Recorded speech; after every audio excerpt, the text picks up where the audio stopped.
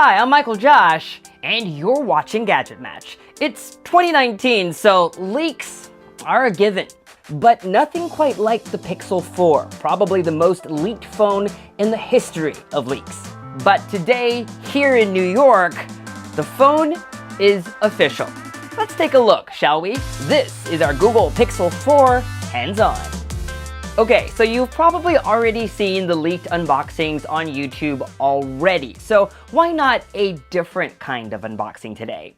Earlier today at the Google office, we got our Pixel 4 review devices handed to us in a pizza box. I shot a bit of B-roll, but got real hungry, so I had to eat the pizza first, then came home and shot this part in my studio. It says lift here. And yes, this is it, the orange Pixel. Next up, we get this extra box with accessories, and when you open it up, it includes a special edition case. Nice. The Pixel 4 and Pixel 4 XL also ship with a USB-C cable, a USB-C to USB-A adapter, and of course, a charging brick. But they don't come with earbuds. Thankfully, today at their event, Google announced new Pixel Buds, which look much smaller than AirPods or the new Microsoft Surface earbuds. They're coming next year, and I can't wait to try them out. Now, in terms of updates, the new Pixel 4 and the Pixel 4 XL have a lot worth talking about. But as far as design goes, there's nothing new or revolutionary here. In fact, up front, it's almost reminiscent of the Pixel 2 XL, with a large forehead. But yeah, this year, the notch is gone. And housed inside this forehead is new tech, which we'll talk about later. As much as it's similar up front, some might say when you flip the phone around, you get a big departure from what we're used to. Gone is that iconic dual tone look. That's a little bit of gloss and mostly matte. It comes in 3 colors, just black, clearly white, as per usual, and this year's colored option, officially it's called Oh So Orange. Last year we saw not pink on the Pixel 3 and purple-ish on the Pixel 3a.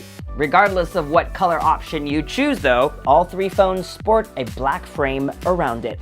The back of the Pixel 4 is pretty minimalist. Gone is the physical fingerprint scanner, but quite in your face is a squarish camera module, similar to that on the iPhone 11, but in black, regardless of what color you're getting. Now, instead of a notch on the Pixel 4 and Pixel 4 XL, similar to what Apple is doing, Google has built its own complex face unlock system up front. Tucked away are a selfie camera, a pair of IR cameras, a flood illuminator, and dot projector.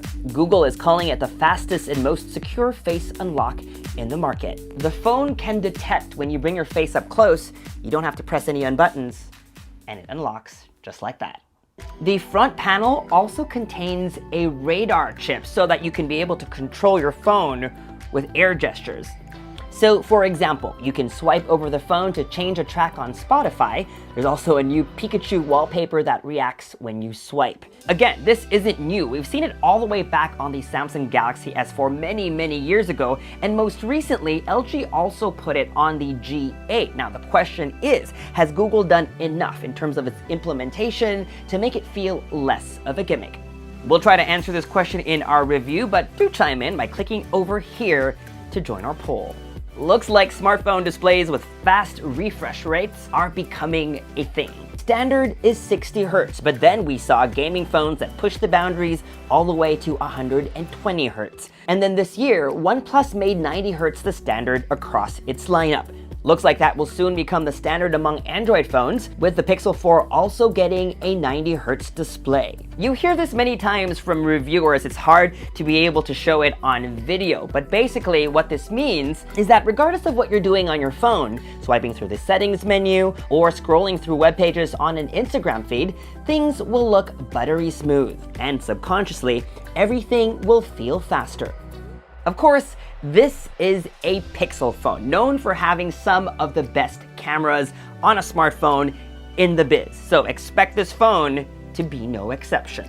Let's start with hardware. This year, after going single camera even when its competitors went 2, 3, even 4, the Pixel 4 gets 2 main cameras on its sensor. The main camera has a 12 megapixel sensor, while the second is a 16 megapixel telephoto lens. Why not an ultra-wide? Well, at the keynote, reps from Google said, while wide angle can be fun, we think telephoto is more important. But it's not camera hardware that's mattered most to Google. What's really mattered is computational photography and how that plays a role in making sure that images turn out the way that they do. Portrait mode has been improved. It works way up close or even if your subject is farther away. Night sight, its long exposure night mode, is even better. And now there's an astrophotography mode for long exposure shots of the night sky. If you want to see more sample photos, make sure you follow me on Twitter and Instagram, and make sure you're subbed for our review video dropping on October 21st. In the meantime, take a look at some sample photos I shot on my first day with the Pixel 4 XL. Oh, and in case you're wondering, the selfie camera on the new Pixel 4 is as wide as ever. This selfie of all your favorite YouTubers is pretty epic. Photo by SuperSaf using a selfie stick. Oh, and before I forget, the camera app also gets a bit of an update. My favorite feature allows you to adjust both highlights and shadows separately while taking a photo. There are separate sliders for each, so even if you're shooting against the light like in this example, you can take a photo that looks like this. Because historically, the Pixel is one of the last flagship smartphones to launch each calendar year, its pickings of smartphone processors is limited. Usually it gets Qualcomm's latest, which this time of the year would have already been several months old. Thankfully this year, Qualcomm is offering its overclocked 855 Plus system on a chip. The Pixel 4 has that processor. Google's also bumped up RAM a bit from 4 to 6 gigabytes, which although not up to par compared to other Android flagships, is much needed, and should be enough considering Google's own software optimizations. So, are the Google Pixel 4 and Pixel 4 XL your gadget match? I literally just got my phone today, so you're going to have to wait till October 21st to hear my thoughts. But I guess to answer that question a little, we need to talk about price.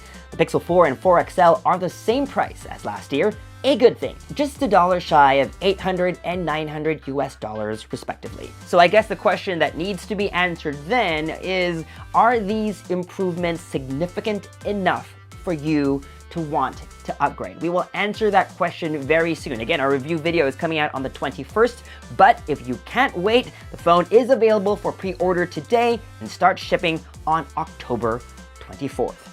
And that was our Google Pixel 4 unboxing and hands-on. For more videos like this one, you know the drill, folks. Subscribe to our YouTube channel, hit that bell icon so that you get notified as soon as we post our review video. Follow us on social media for all the behind-the-scenes fun stuff. And as always, make GadgetMatch.com your daily habit.